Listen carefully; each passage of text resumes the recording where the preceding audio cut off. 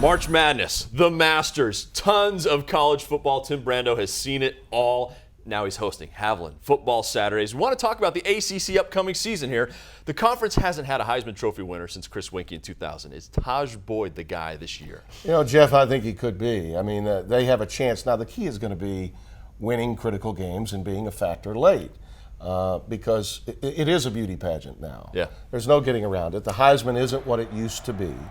And there's no denying the fact that those of us in our business, in the television business, need to be talking.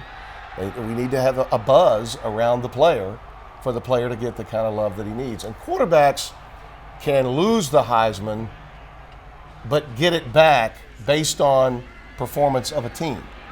Whereas a running back, by example, can win it with statistics. Now, quarterbacks don't necessarily have to have the gaudy numbers to win.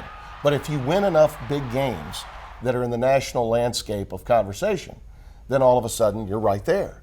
And I think that's the key for Boyd. The numbers will be there. Right. I mean, he's got Sammy Watkins to chunk it to. I mean, they are going to have numbers in that offense.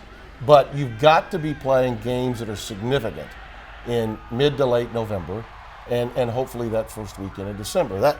That usually means that extra opportunity at national exposure before everyone votes. And as a voter, I'm waiting until after that championship game because we're all voting digitally now.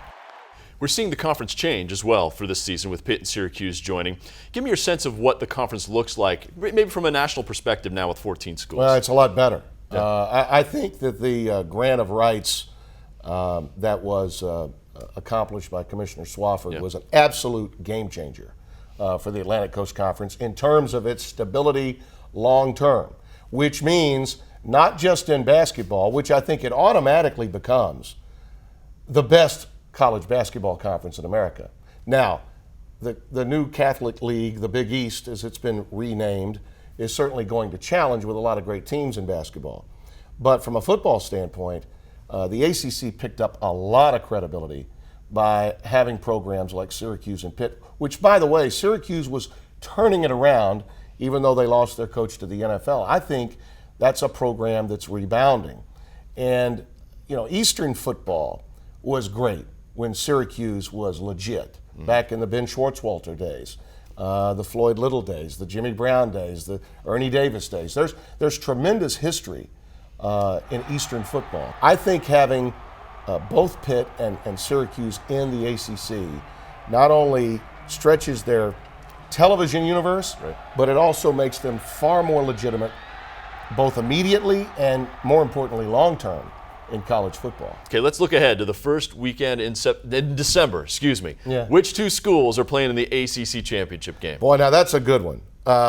You know, I know you're normally the objective host, but I'm making you pick the division champs. You know, it's funny how some teams always get past a point and you never think, you never legitimately believe they can get there again, and they always do. How many times have we said that about Georgia Tech? Yeah. It's just unbelievable. Now, they may not have what you call a championship record, but they managed to get out of their division. Paul Johnson does it year after year, doesn't he? A lot. I would hope that if Clemson's there, and I think they will be, that the game is really going to be significant, particularly if they only have one loss or no losses. Right. The game becomes very big, and the league needs that. I think it's Clemson, a significant drop to whoever that other team is, Florida State probably being that other best team.